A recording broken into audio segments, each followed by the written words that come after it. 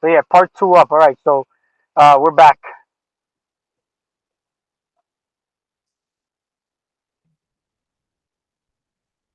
So yeah, I was in the flow there, man. I was Yeah, flowing. yeah, And it just said that my battery's flat, and it's happened once before for no apparent reason. And then I changed the charger, and there's no difference. So I've got a new charger in now, and it's not giving me any notification that anything's afoot. And so mm,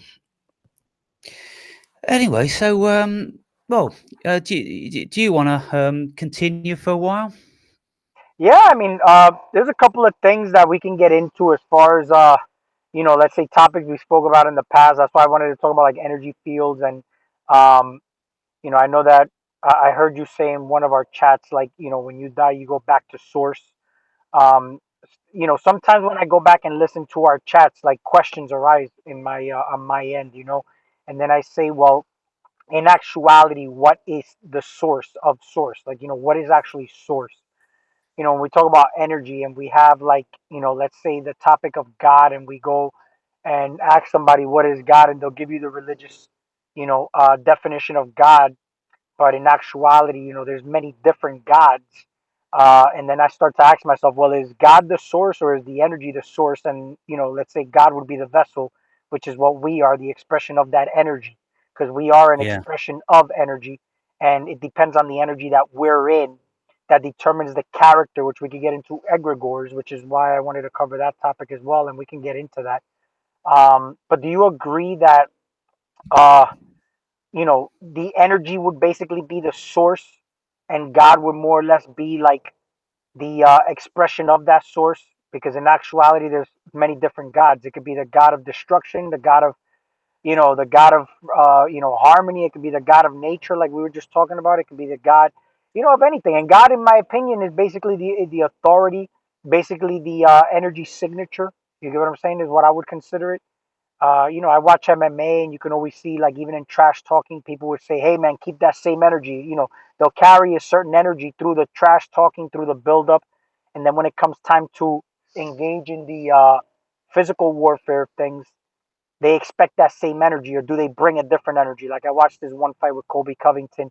He was all fucking like riled up and trash talk, but then the fight came and he was like not as aggressive as he was during the trash talk. So it's like, what happened? um, Were you yeah. really about it, or were you not about it? Were you authentic, or were you not? Were you just, was it a fake persona? You get what I'm saying? There's like so many variables you can ask when it comes to, are you about it? Because a lot of people can put on a certain mask, a certain persona, but are you really about that? Like, are you about it? Because when this shit gets real and you're not real, then that's how it basically, you don't match that energy, and then that's how you get dismantled and exposed to some extent. Yeah, What do you think so about all this that? is yeah, I mean, talk's cheap, isn't it? Uh-huh. And so, all these silly standoffs and things people say, That's you why I know, made that video when trash talk goes wrong. I don't know if you get a chance to watch that video, but I went deep into that topic as far as oh no, character mode, and you I'll get know, around to that one then. Yeah, yeah, it's I mean, very in the good. old days, Because I go right? into like even how WWE, you see how they're playing a character, you know what I'm saying? But Yeah, you're doing a job, and sometimes when you do a job, you build it up, but your job is to convince the crowd that you are, but you got to really become that character. But forget it. I'll let you yeah, get. it's show business, isn't it? At the end of the Yeah. day, there was no better showman than Muhammad Ali. He was Uh, the best of the best yeah. forever. Yeah. Yeah, that guy, he just had everything. He had the looks, he had the charisma, he had the talent, the style, the flair. Yeah. Um, he was just an incredible man, a gift to Hmm. humanity.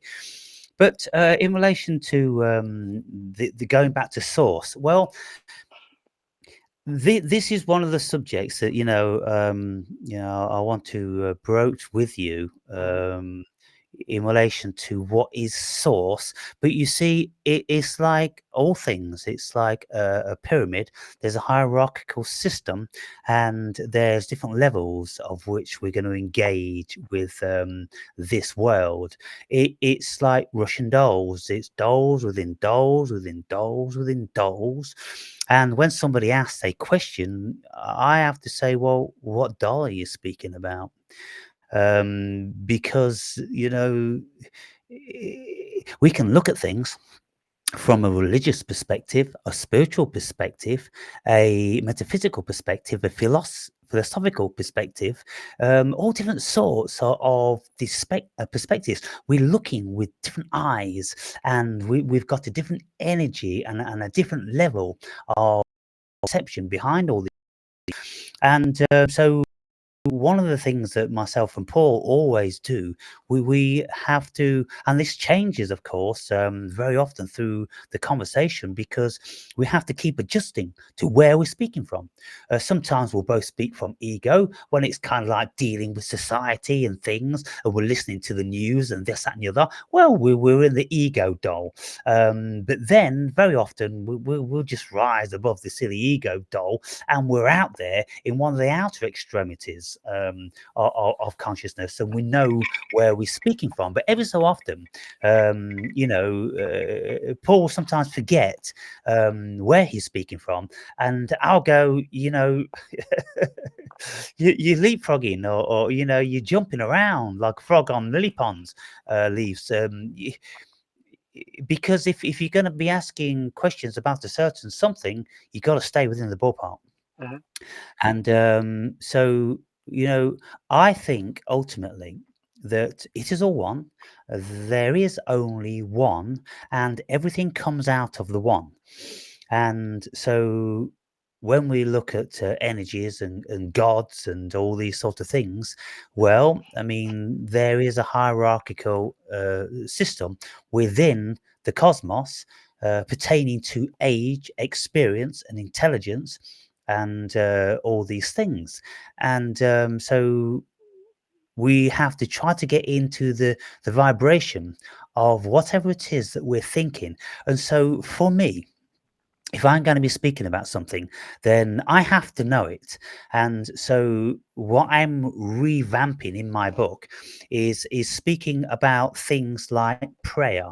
What actually is prayer? How does it work? Why does it work like that? Let's have a look at these things. Let's have a look at the spiritual connotation. Let's have a look at the psychological connotation. Let's have a look at the human variance of this. Let's get deep down into what actually it is that we are doing when we pray. What our objective is, what we hope to gain. There's so many variances. Then with confession, confession is a thing. I've actually experienced the power of confession. So when we look into the Catholic Church with its confession, most people, if they're not devout Catholics and don't know anything about this, will just think like you're going into a box and talking to a pastor just to get, alleviate your guilt. Well, I mean, how does that alleviate the guilt? That's the thing. Um, if you just confess to a pastor, then that isn't going to alleviate your guilt.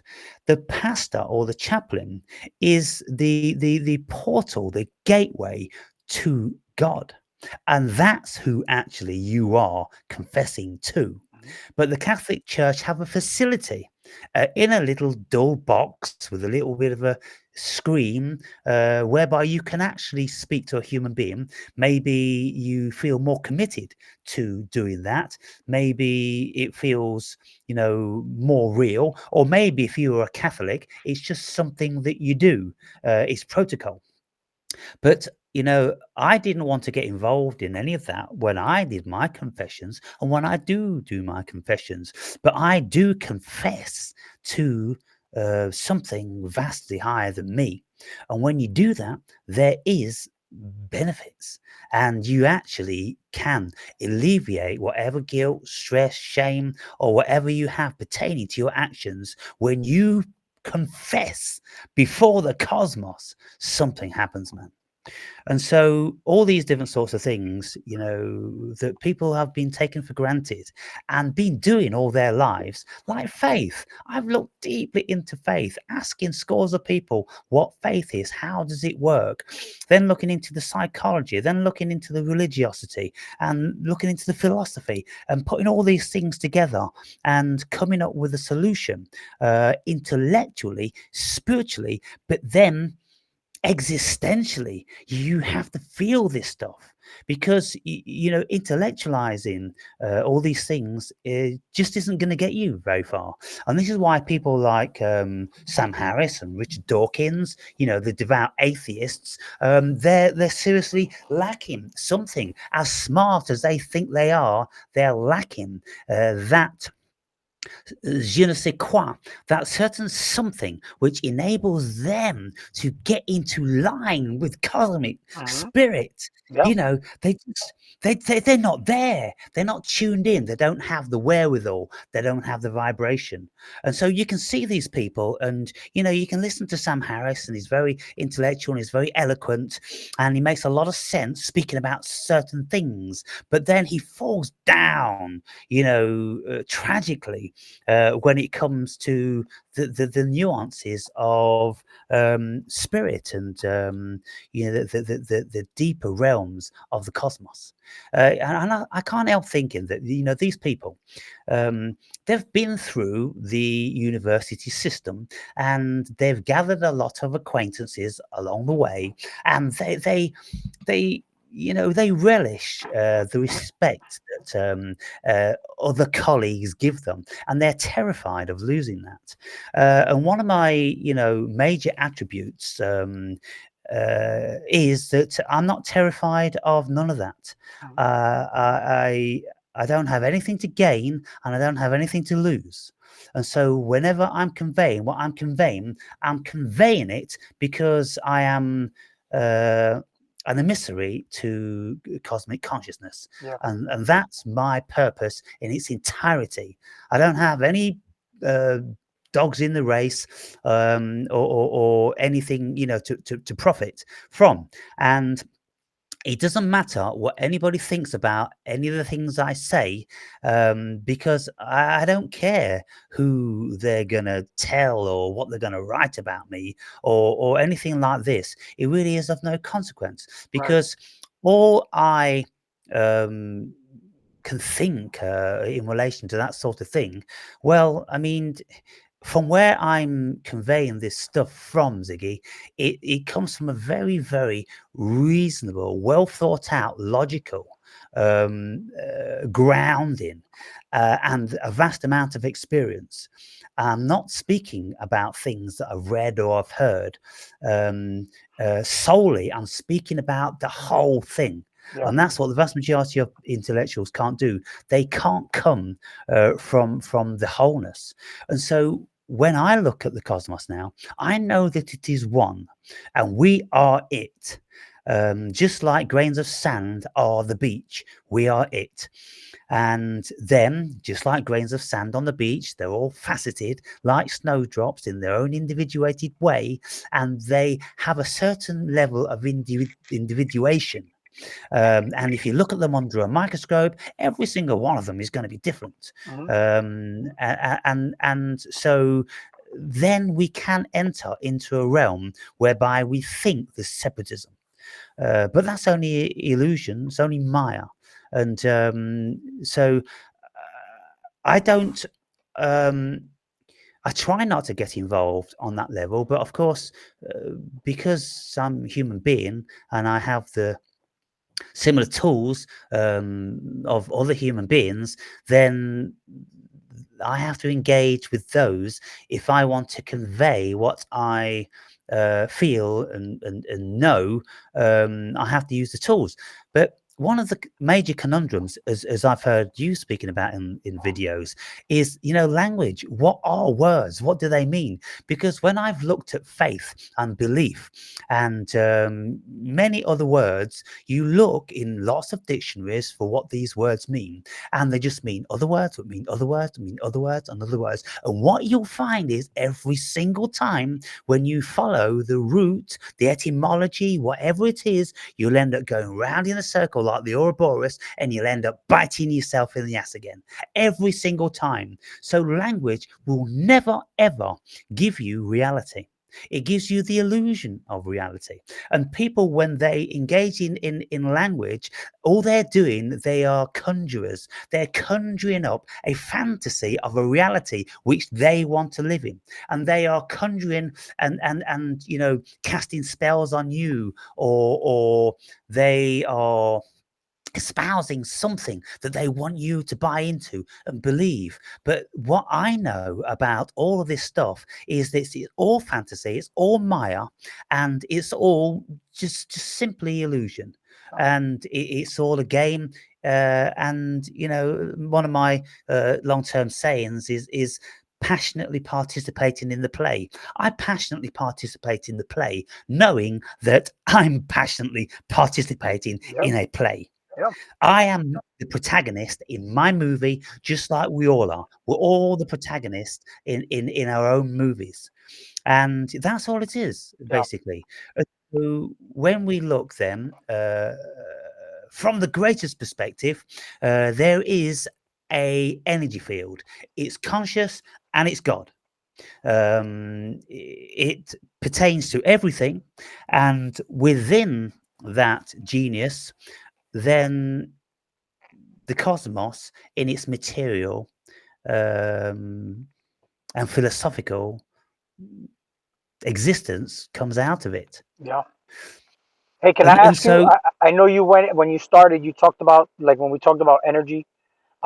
You said something about a hierarchical order. Can you explain that real yeah, quick? And then, we talked about confession and whatnot. And what's your opinions on judgment and why, let's say, the Bible emphasizes, not to judge others, or even people will tell you, not to judge others lest ye be judged, and at what point do you think that man could judge, and then go into basically how words for what I want to go into words actually. That's very good because certain words we use are kind of incriminating, but I look at words as a certain skill. You know what I'm saying? Because when you find I spoke about this in the chat with Zach, where when you find the right words, you can open things up. For example, like you know, when I went into the topic of uh, you know, neutralizing energy from somebody else. Let's say if somebody was very negative and he said something about it doesn't always work, and I said yes it does, because you're always going to know the right words to say. It can even happen in the reverse way, where if me and you are fighting, for example, you'll probably shell up, right? But let's say I use a certain sequence or a certain combination, I get you to open up your guard, you just left me a good shot for me to give you a blow to knock you out. So it's like that even in fighting. It's like that in causing something, the flower to open up. It doesn't matter. That's why we talk about frequencies, there is sequences. always a way. There's always Yeah, a way. I Yeah. concur with that. There is a way. Um, uh, and as you become wiser, you can deploy more skills and tactics, Hmm. and you can open people up. So okay, the hierarchy, let me start with that one, then I'll Hmm. go on to judgment. Yeah. So the hierarchy in relation to, let's say, spirits. Now, there is a hierarchy all over the world in relation to these spirits, Hmm. and the hierarchy pertains to the amount of human energy which is being directed into it, which creates the egregore. And so the egregore, an energy which actually manifests into a physical reality. Now, there's millions of people on the planet which would kill you if you, let's say, verbally abused Jesus or Allah. and we know that one. Yeah. Is only a few words away in the vicinity of any of them. It turns people who are supposedly devoted to God and peace into absolute heinous, violent murderers. And you look at the perplexity and the paradox of that, and you just go, how can you take yourself seriously? You defy the golden rule, thou shalt not kill. How can you actually take yourself seriously? It is shocking. And so, you know, in relation to all these gods and spirits, and there's a hierarchy pertaining to the level of energy that's directed at them. And then, of course, that extends down to the human beings.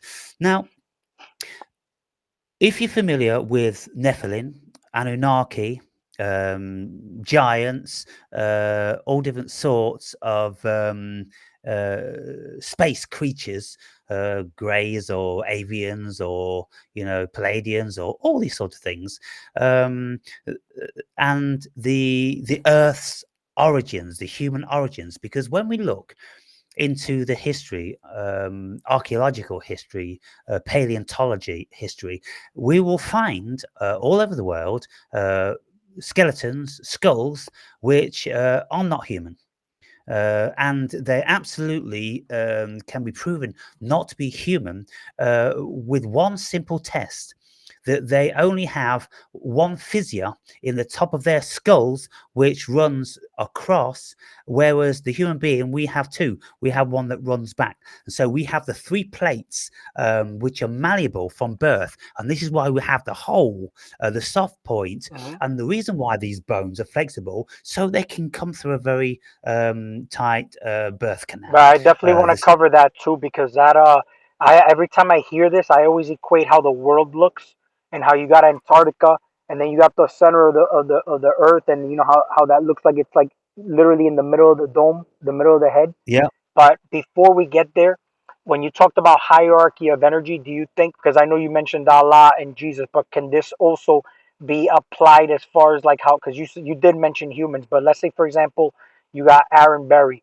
and you've got a certain amount of energy because of the amount of energy people have put into your work, let's say. But let's say you got somebody like, you know, I don't know, let's say Dolores Cannon. She's got a huge following. She's got her work, but she's also got a bunch of eyeballs on her.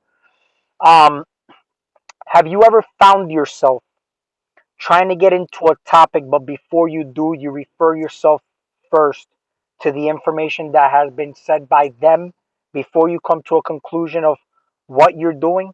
Uh, to make it even clearer, let's say if you want to talk about consciousness, you would say, okay, let me see what these people have said before I say what I'm going to say about consciousness. Have you ever found yourself doing that, or are you doing it in a way where, uh, you just come up with your own stuff, as far as like just that topic?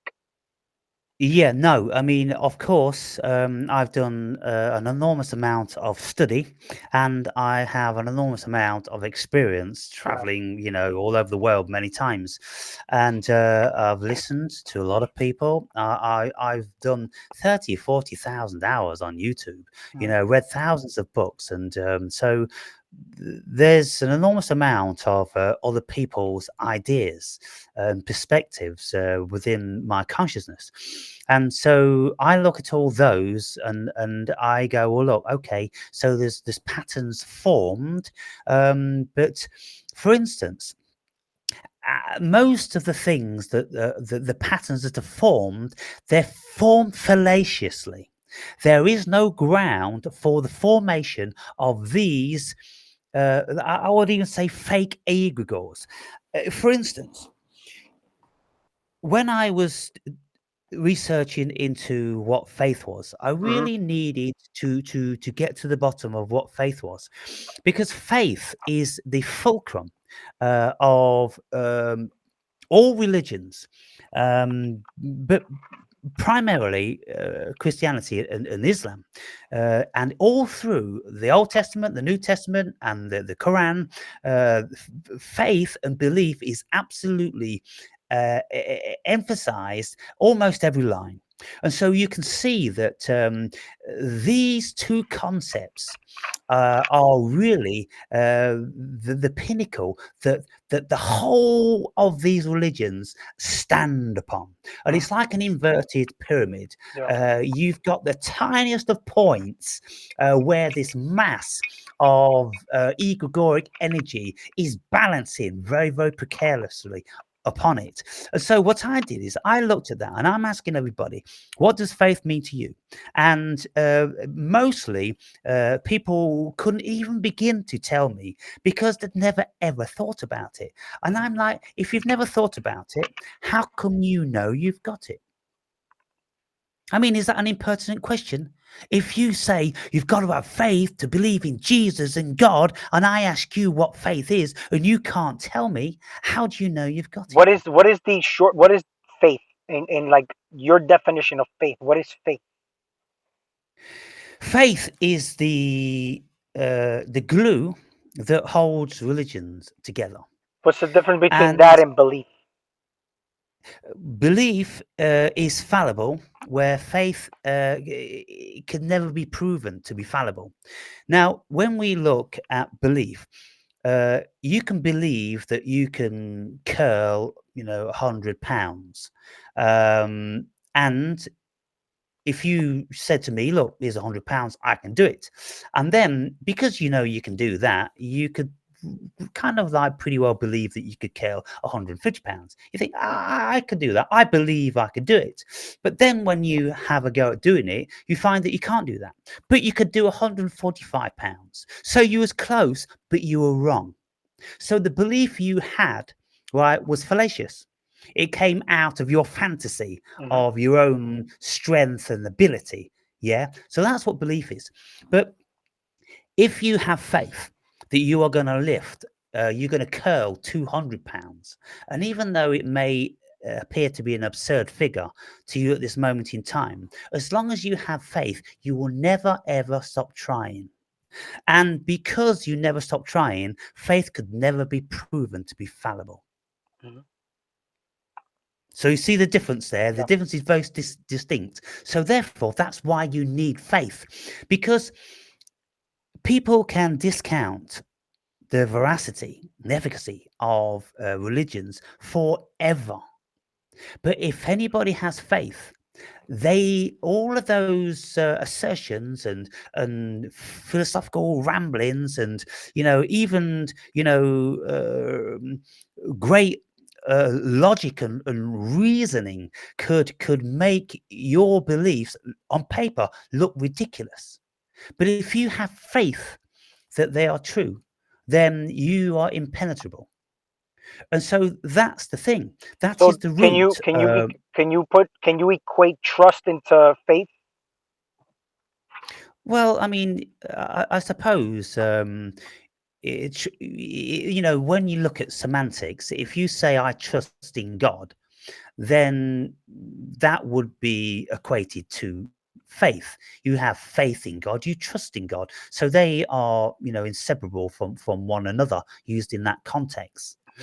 But you see, faith, it when you intellectualize it, you you cannot fail to look at faith as being fallacious, because it's kind of like, well, you're saying that Jesus walked on water and you have faith that you are going to be risen to go up into the pearly gates. That could never be disproved, because that's never going to happen until you die. And when you die, well, you go into another realm, if there is another realm, and that's beyond the intellectualizing and the logical appraisal of anything. So we can never discount your So faith so let as me long ask as you have. let me ask you this: what about a child when they're told that Santa Claus exists and is going to bring them gifts down the chimney? Would that be faith or trust or belief? Because here's the thing, though: it's coming from the That's a belief. parents, and the parents are technically lying to them. Innocent lie, whatever you want to call it, it's still a lie. But let's say, for example, nobody looks at that as a bad thing. But then let's say religion tells man that Jesus Christ once existed and everybody now puts so much belief into it because they have faith in religion, but they also have faith in the fact that everybody else. So I'll give you an example. The reason I even mention all this is because this can go into learning, for example, and how it influences your reality. There's a lot of people who would, let's say, listen to Dolores Cannon and she talks about backdrop people or NPCs and whatnot. Let's say they have so much faith in what she says that they now start walking around as if everybody was NPCs, right? Yeah. And in my personal experience of looking at things, it's crazy how we're in a realm of infinite possibilities where everything tends to work. You know what I'm saying? And it's all pending on the faith and trust and belief you put into it. Some people, for example, are so polarized to saying the earth is flat that the earth looks very flat to them. Some people say the earth is round and they studied so much and went into so much, deep thought about it, the earth starts to look very round to them. And they have a lot of, what's funny is that the algorithms and everything that they're studying starts to cater to them in a way where even the information starts being attracted in their direction to support their claims so that now they can polarize and go into a debate with somebody else. And in kind, the person on the opposite end is going through the exact same experience. And then yet you look at both sides as the observer. Let's say you and I are watching both debates. They both of them make such brilliant claims that it's kind of almost like, damn, is the earth round? Oh shit, no, but it could be flat because look what he just said. You get what I'm trying to say? And the reason I even mention all that because in the this I'm gonna let you go in this realm of infinite possibilities. You get what I'm saying? It's like, well, what the fuck? That means everything kind of works. You get what I'm saying? Let's say we're Everything in a, does work. if we're in a simulation. Let's say the simulation theory. Then in the same breath, you'll have a guy like Ralph Smart start talking about fucking aliens and and it's like, well, now you're gonna have to see where you stand because if you say one thing works, how could you say this works when in actuality do these things even really exist if you're in a simulation? You get what I'm trying to say? If you want to go into that, Yeah. I'll let you go into that because I want to kind of cover that as far as a child believing, trusting their parents. It's a lie. Are we living the lie? In order for you to know truth and experience truth, you would have to actually recognize the lie first, right? You recognize the Well, lie, you well, can see first and beyond. foremost, I mean, the belief of a child, they're not intellectually endowed enough to grasp the concept of faith, and so Neither are the adults, though. That's why you just said before, even well, adults can't even yes, grasp. exactly. And so what I've They're like written in big my book children, huh? yeah, and I say exactly the same thing. I equate it to people believing, kids believing in pixies and fairies and Santa Claus and all those things. And you would think that adults would grow out of belief, but they don't. And that I conclude this chapter on faith and belief in quite a remarkable way because what my experience was it was a journey it was a very deep, complex journey for 6 months investigating belief and faith. And what happens is when I was intellectualizing belief and faith, then I could very easily blow faith out of the water. Belief, it's just like an amateur compared to faith. Faith is the man. Faith is the one that you've really got to try to get under the skin of. And if you are doing that in an intellectual way, you will never ever discover what faith is. You will No. always dismiss it if you're not a believer. So there's two parties. There's one party which is the believer, and there's a party that isn't. The party that is going to have faith. Why? Because they want to. And there's nothing that you're going to tell a man who wants to that's going to make him believe otherwise. And so, therefore, then we enter into a realm. And I was like, look, I mean, I can't get my head around this faith. And the reason why I could never get my head around it is because I never had it. And I was looking, investigating something that I never had, something that I couldn't comprehend because it wouldn't never come natural to me. And so that was my intellectualizing. But then what I did is again, I said, well, look, what I've got to do, I've got to put myself in these believers' shoes. I've got to put myself in the shoes of a devout Christian or Muslim, and I've got to try the best I can to endow myself with the same facets of what they have. Now, I was going to Bible studies, and I was having lengthy conversations with many of these people, pastors, and all that sort of thing. And so, what This is I how you stopped intellectualizing it. You said. yes, Mhm. I stopped intellectualizing it because I reached an impasse.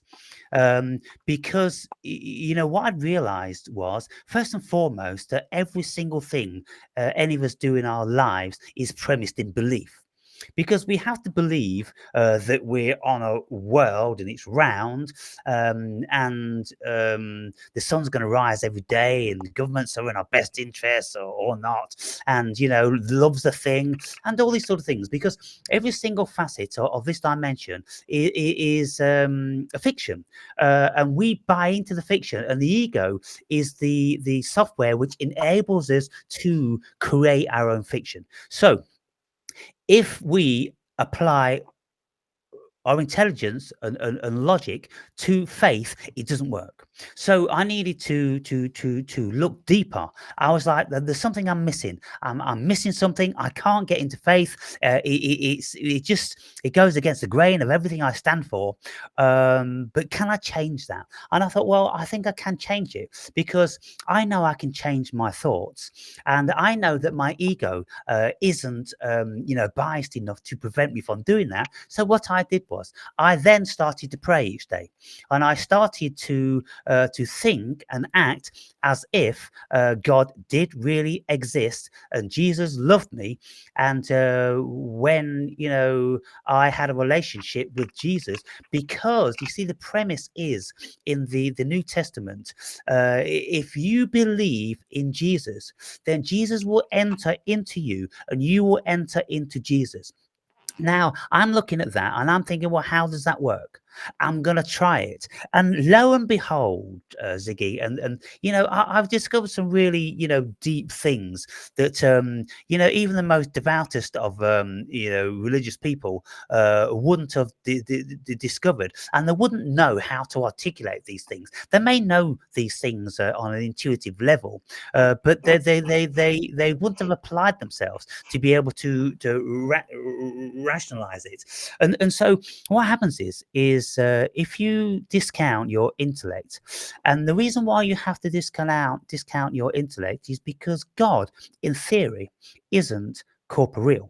God isn't a physical thing. God doesn't pertain to your egoic intelligence. So you could never discover what God is via your lower level of human intellect, because it's vastly smaller than God's. And so it's like when I'm speaking about concentric circles, people in the circles in the middle can never see outside of their circles. But you who have come to the outer side, you've got experience of all the inner circles, and you can see back into them. But the people who haven't those experiences will never be able to see into your reality. Mhm. So it's the same with God. So I then discovered that, well, I have to put my intellect aside, and I have to go with faith, because faith is going to take me into the never land, the fairies land, the land of God, because all of these spiritual facets, connotations, they don't pertain to the material world. They pertain to imagination. They pertain to fiction. Hey, up, you've got one of your mates, Ziggy. One of Where's your he? mates is at the window. It's Oh just yeah, about yeah, you yeah, wouldn't. yeah. He's Yeah, trying to he's trying to come in. yeah. And so what I did was, then I prayed, and He's trying to I listen to our conversation. You know that? oh yeah, you'll learn a lot from it for sure. So yeah, I got into that, and cut a long story short, I discovered that by discounting my intellect and just going with my intuition, because intuition is the language of God. Yeah. Spirit speaks to you via intuition. It it will speak to you via your intellect, because God, the cosmos, is going to speak to you any way it can. And I've been spoken to by God, by Spirit, via my intellect, but also via my intuition, which is a deep inner knowing in the core. And there's no doubt when you have a relationship with the intuition, but you can always doubt your cognizant ability. So when I got into the realms of spirit, then all of a sudden Jesus did actually enter into me because I opened up my heart. And what it means to open up your heart is to leave all your biases and your doubts, because the doubting Thomas will never enter into the kingdom of God. As long as you've got one doubt, you ain't never going there. It's the doubt that's going to prevent you from doing it. And so I alleviated all of my doubts, and I said, okay, Jesus, I'm asking you to come into my heart to show me the veracity and efficacy of what you say in the Bible. You say, if we believe in you, you will enter us and we will enter you. Well, I discovered that to be true. Yeah. I actually discovered that how I felt was tangibly vastly different to how I was feeling via my intellectualizing, because it was my intellectualizing which prevented me from entering into the kingdom of God. And so when we dismantle every single one of our doubts. And what I did was I just said, let's just say, let's just suppose, let's just fantasize, let's just pretend, because at the end of the day, that's all we've been doing in any case, in everything we've done. Let's pretend that there's something called love. Let's pretend that there's an atmosphere and we're breathing it. Let's pretend that the world is spinning. Let's pretend this and that. Because when you look into all these things, i.e., the realms of quantum mechanics, you'll see that none of these things are real. Every single one of those things is a fiction. It's premised on your belief and your faith that that's a reality. And so we're born into this realm of fiction. And so I thought, well, fuck it. The only thing that's preventing me is my ego, you see? And it's my fucking ego that's been creating all the fiction in the first place. Yeah. And so it's like, my God, we're our own obstacle, and it's kind of like what I'd realized looking at all these people who said they had faith to know God, and when I was quizzing them, it didn't appear to me that they did know God because they couldn't tell me what God feel like. But I could tell them, well, I've got something within me, and it feels what it says in the Bible, that you are going to become one with Jesus, and you're going to be beautified and you're going to be perfect and all these sort of things. You can actually enter into that realm when you dismiss all of the humanisms.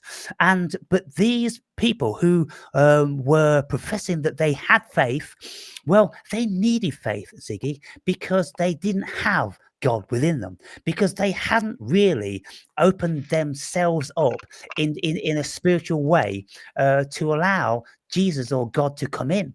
You see, they were still babies in that realm, and they had a great deal to learn. But through my experience, I'd already opened myself up to spirit because I knew that something had always been here. And so the reason why I couldn't get along with faith is because I didn't need faith. Because I actually had the real thing. I did actually have a relationship with Hmm. God. Why? Because I am God, Yeah. because we all are God, and all it relates to, all it needs to discern this is stop looking out there for God, look inside. And when you look inside, you go, fuck, it's been here all along. Jesus said you don't need to pray in a church or in front of people, this, that, and the other. You go into your own closet, you go within, and you enter into your own temple. Truly I say unto you, the kingdom of God is within you all. Hmm. And so therefore then we don't need to look for it out there. We don't need to pray for it out there.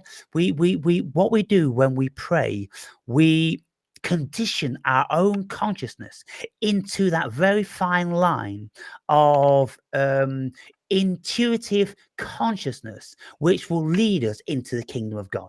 It leads us to the pearly gates. And what that entails is that you leave all of your egoic facets behind, because you cannot enter the kingdom of God with your ego. The ego is the operating system for the fiction of earth. And so this is why even the Kabbalists, the height of the intellectuals, their most profound portal and practice within their religion is meditation. Now, I'm going to speak to you, Ziggy, about something, Kabbalistic sparks. Now, the Kabbalistic sparks are what the Kabbalists I can hear deem you. Just that they are. keep talking. I can hear you. Yeah, okay, that they are having this earth experience to gather up these Kabbalistic sparks, and these sparks are like some sort of thing that you get in a computer game, like let's say Pac-Man. That's the extent of my computer game knowledge, but I remember that one from about 40 years ago. Now Pac-Man goes and it's gobbling up all these points. Well, this is what we're supposed to do when we're here. Via our experience, we're supposed to gather up these sparks. And when we've gathered up all the sparks, which were ours originally, then we become whole again. So it's kind of like we've come to earth to have all these experiences, to realize that we are God. And with every one of these sparks that we gather up, then it fills us up more with the spirit of our own selves, which is God in the collective.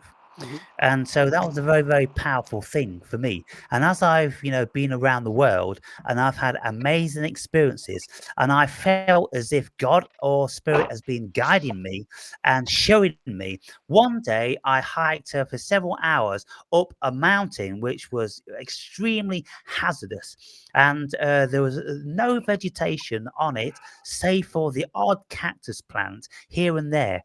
And when I got to the top of this mountain, and I was standing enjoying the vista. I felt something crawling on my foot, and I looked down and I noticed there was a fly. And then at the side of my foot, I noticed the tiniest of beautiful baby blue flower. It was the one solitary flower. And I looked at this flower, and instantly I knew that Spirit was speaking to me through the beauty of that flower. And the reason I'd climbed that mountain, risking life and limb, was to acquaint myself with that flower, because that was a Kabbalistic spark. That's what told me, keep looking, mate. You're doing well because you're learning and you're gathering up all these sparks. And so it's kind of like, thank you, universe. Thank you, God, for giving me the energy, for giving me the power, for giving me the tenacity, for enabling me to come to the ends of the earth to find these beautiful little messages. It's like being on the Easter hunt. You're finding these little messages. And that's what it is. That's the heart of Kabbalah, And so when you get into that, it really is very, very profound. And so there's so much going on. And I've only scraped the surface of what I said in the book in relation to belief and faith and confessions and prayer. I've looked at all these things, and the intellectualizing will get you so far. And it's great to do the intellectualizing. And this is why God has chose me, the universe has chose me to do what I do, because I'm very good at that. And if I look across the board at so-called intellectuals, then there's something that they don't have, which I actually have.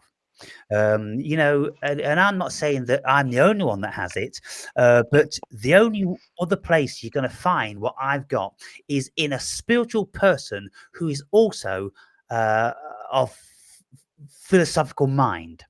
They have to be of a philosophical mind as well as spiritual.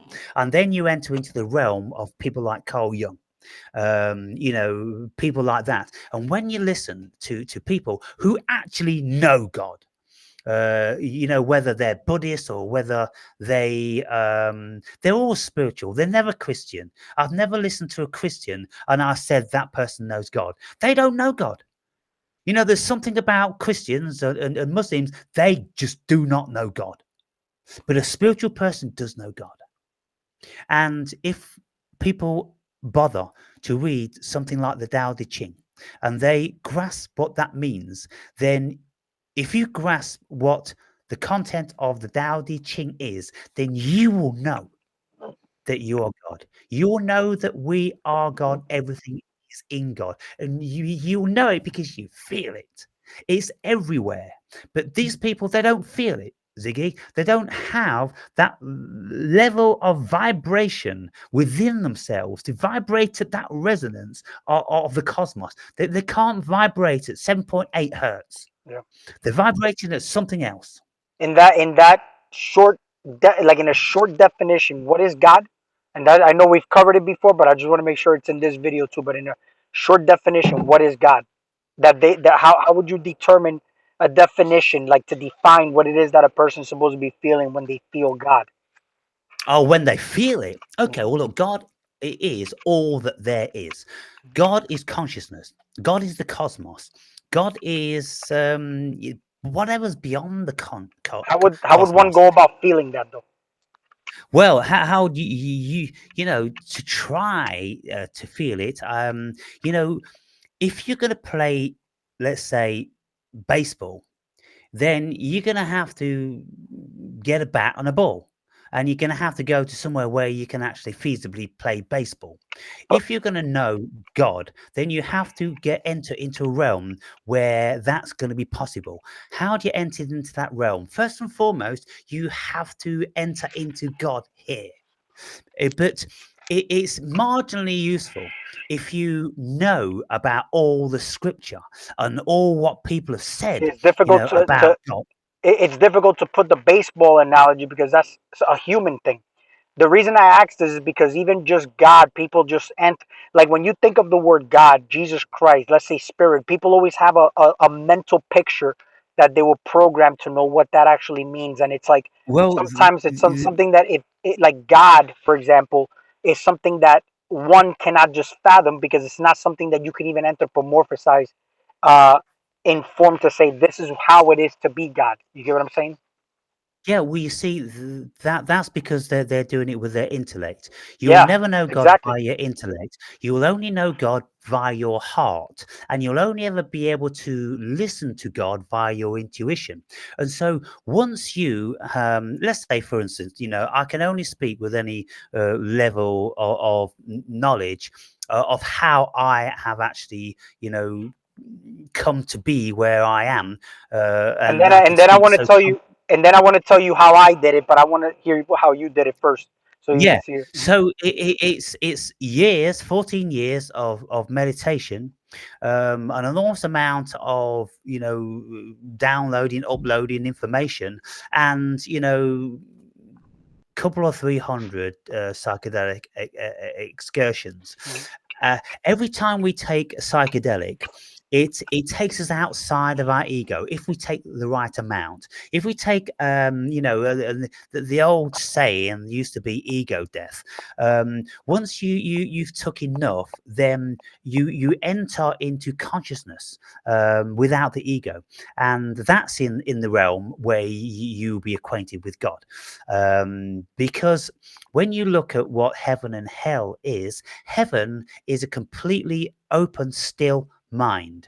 Hell is the opposite. It's your mind full of stuff, full of contradictions, full of biases, and all sorts of things. And that's why in the Garden of Eden, Adam and Eve, they were in bliss until they gained knowledge. As soon as they gained knowledge, then they became confused because there's too much going on, which takes them out of the bliss. This is why Buddhists and anybody that meditates has to come away into the solitude. They have to get away from the world. They have to get outside of the left brain, into the right brain, into the stillness. And when you enter into the stillness, that's the kingdom of God. Mhm. So, So, what is God? God is a feeling. You can't say you know God intellectually unless you know God metaphorically. but can you Um, describe that feeling? the feeling is oneness, the feeling of all that is. The feeling is that the cosmos is actually in your consciousness. Your consciousness is God's consciousness. It expands to the outer extremities. There is nothing outside of you. You are God. Everything that you perceive is God. It's all in the mind of God, and you share in the mind of God. Because at this moment in time, our individuated states of consciousness have realized that we are grains of sand on the beach, you see. But the vast majority of people who don't know God, they only think that they are the grain of sand. They've not realized that they are the beach. They can't feel the beach. Do you think or feel you know everything? Yet, in that,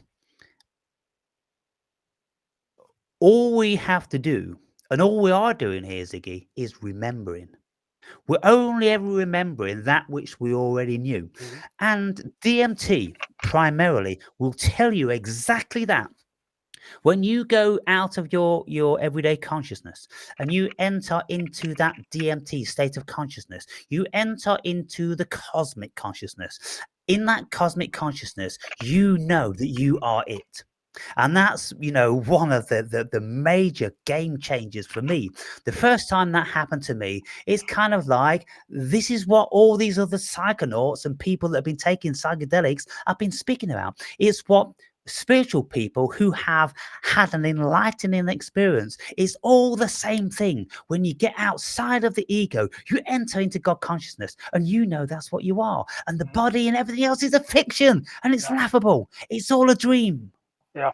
I asked this because I mean, even just the remembering part is remembering something that humanity is able to do only because when we talk about remembering, sometimes when I feel like the information is flowing to me, I feel like I'm channeling it, but it's just coming from the infinite realm of possibilities, let's say, and it's just being channeled to me. But the first thing I managed to do, and this is actually where it took a little bit of work for me, um, is recognizing that language was what was keeping me in a loop. As far as like just the words I hear, I couldn't help but the mental pictures that I got when I started to basically divorce myself from the mental pictures that were programmed in me whenever I hear certain words.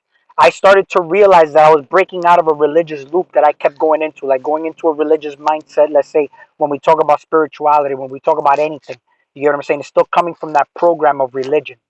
Now, religion comes from that concept of good and evil. So when we think of God, we all of a sudden think good because there has to be that good, and the opposition would be the devil. But God is also the devil is also a God. You get what I'm saying? I The, realized the, this. everything is within the mind of God. Everything is God. Right. There is no the evil as such, Yeah. Ziggy, because the ego is a construct from human ego. Yeah. You see, the biggest problem that intellectuals have about there being a God, because they go, well, why does God allow evil? Well, there is no such thing as evil. There's only the interpretation of evil. And the human being has the ability to interpret things in all different sorts of ways. Now, what do we want to do? Do we want to blame God for how our mind works?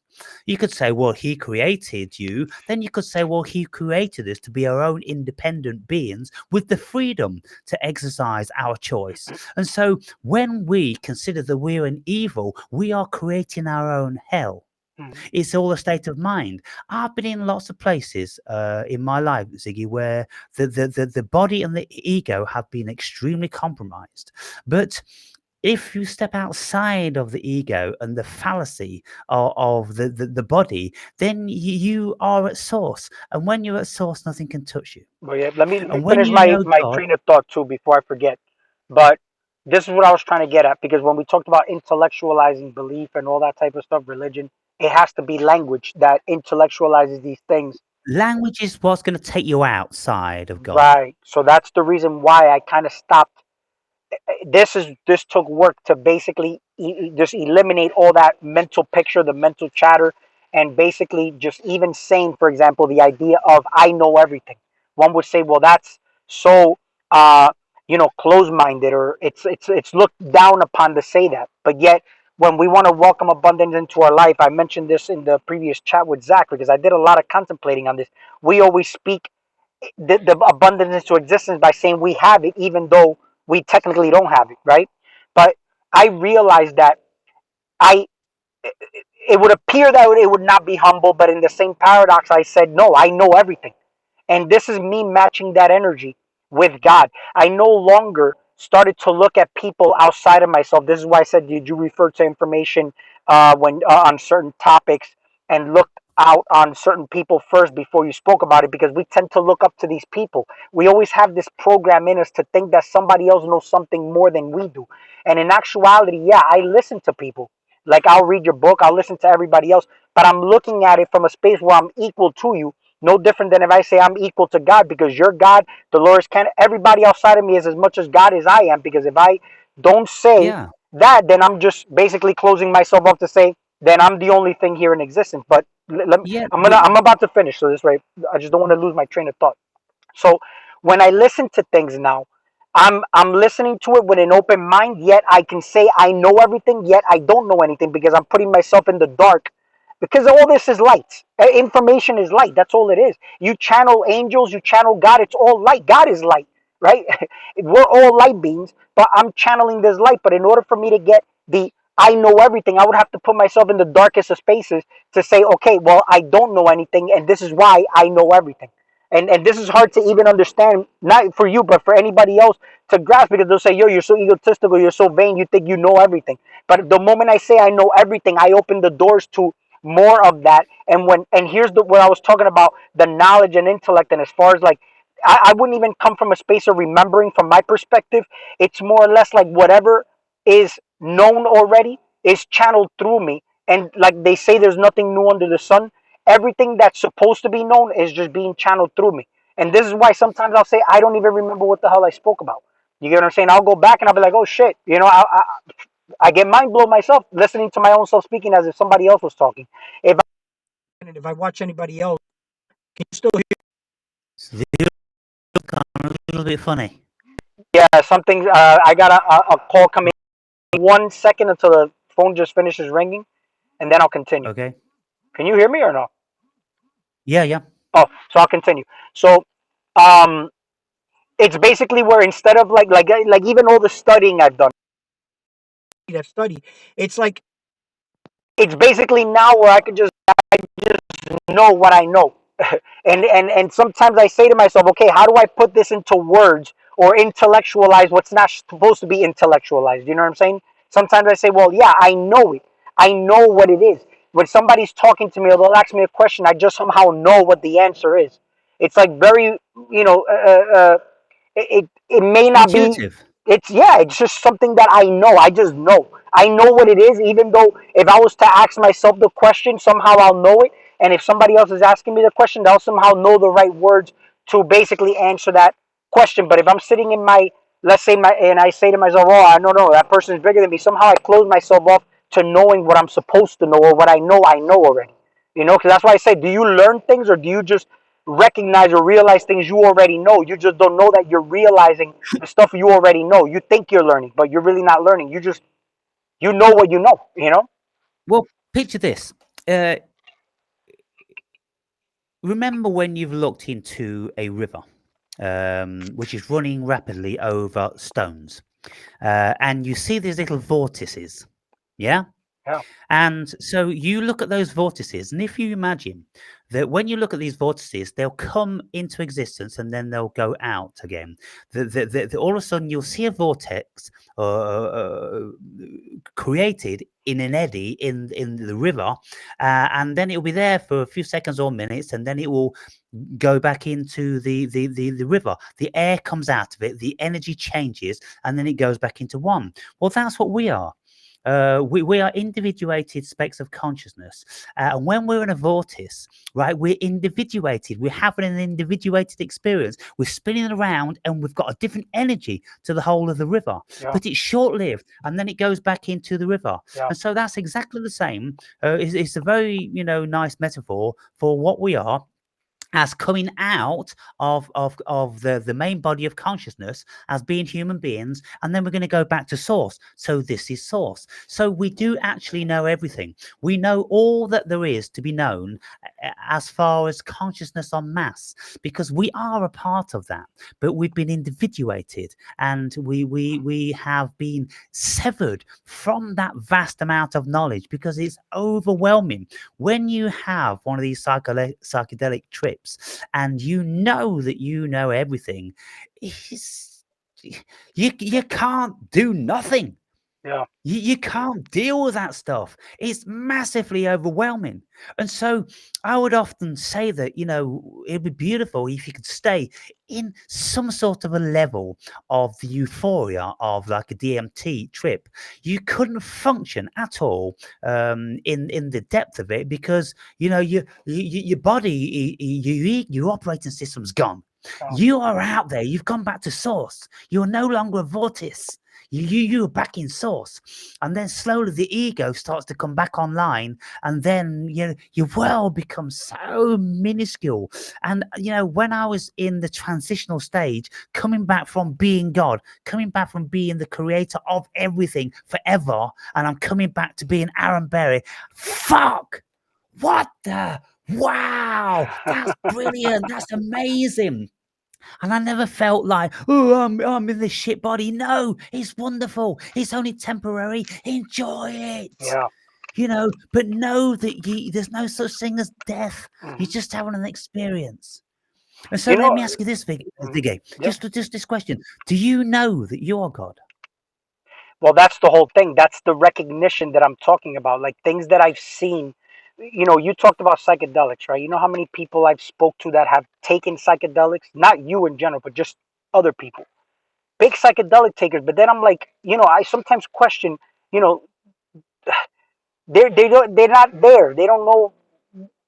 I don't even want to say they're lower than me. It's just sometimes I feel like I could be in that same state without taking the drugs.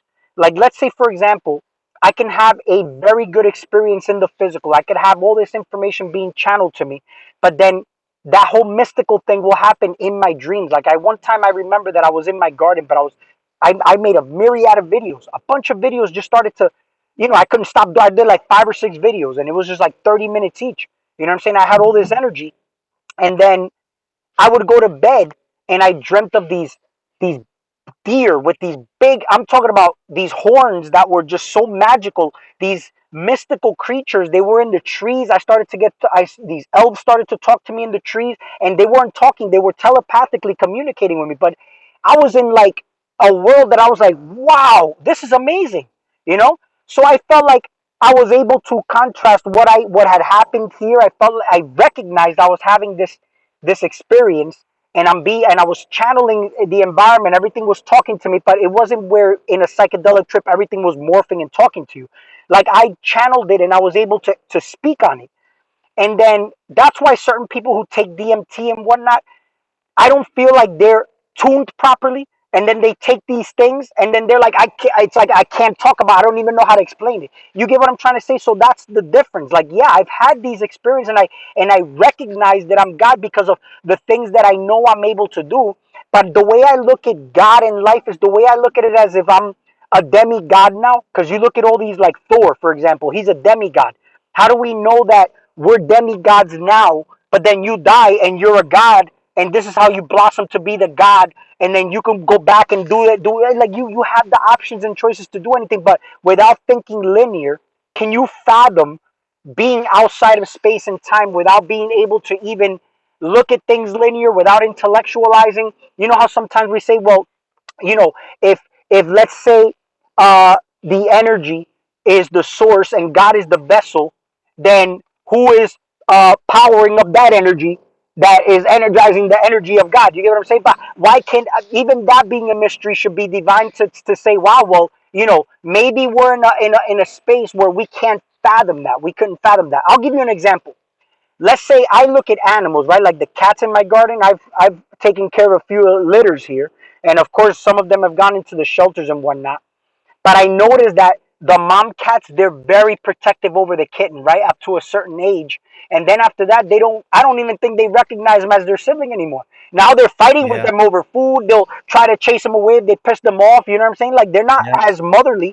But then look at in human realm. In human realm, your mom, my mom has always told me this. Well, it doesn't matter. I'm always going to be your mom. You know what I'm saying? Like, and then I think about that. I'm like, are you really always going to be my mom? And as far as my human vessel memory goes, because let's say to a cat, if we look at them, steps down in the evolutionary scale, they were only the mother up until a certain time until they no longer recognized it, right? In the human realm, Yeah. we can recognize our mom as our mom until we die. But how do we know that there isn't a mom beyond that? Like we call it mother guy, whatever it may be. All these things that you can hear as far as like, the philosophy and whatnot. Do we recognize that mother? Do we recognize her? You know what I'm saying? How is it that maybe in our intellectual space now we can't go further to recognize that? But what if there's an evolved way to recognize that, and we just don't have the ability to do that? Well, you see, you can, because I have done, and be- through many of my meditations, I've been into different worlds and different states of consciousness and things like that, and through the psychedelics, of course, um, you can experience all these things. Now, what you were saying is in relation to lots of people who have taken psychedelics, and you recognize you are more spiritually endowed than them. That's because you are, because look, just because somebody takes psychedelics doesn't mean they become spiritually Exactly. endowed. Because a lot of people You- be- think that they'll take the drug and then all of a sudden they're mystical creatures, and I'm like, yeah, no, you're no, still a you fucking see, look, idiot. I sort of like relate it to a simile like this. We are all endowed in a certain way. We have a certain um, proclivity towards something.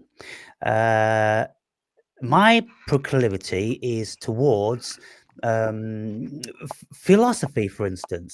My mind just works in a philosophical way, whereas my brother's, he hasn't got a clue what I'm talking about, but he has a very nice voice and he's good on the guitar. Mhm. Now, I was desirous to sing and play the guitar like him, and I tried for 10 years really, really hard, until in the end, exceeding reluctantly, I had to give up because I knew I wasn't destined to be that, Ziggy. So what I'm saying is, people that we're all different, and it's like when we go through life and we gather certain sparks. Well, it's like having arrows to our quiver. You know, the more journeys we've been on, the more arrows we put in our quiver, and the more endowed we become to be able to decipher the universe. Mhm. Now, there's lots of stupid people out there. There's lots of very, very ignorant, biased, closed-minded people that don't have the intellectual wherewithal to be able to use a psychedelic experience like other people can. And so what I absolutely know is when I have a psychedelic experience, I've got massive amounts to say about it, because it just goes pow with my mind. You know what's crazy? But I don't mind the people taking the drugs. It's the people that take the drugs and want to tell you that they know more than you. You see, it's like veganism, bro. I don't have a problem with anything anybody does. It's just the problem that I have is when they use that as like a weapon to say, "Oh, I've done this, so I know." Well, okay, well, you know, this is the problem I have. Like, I don't go in that space. You get what I'm saying? well, there is something to be said for that, and Wait, it Aaron, depends. Aaron, give me one second. Let me just hit pause and hit play.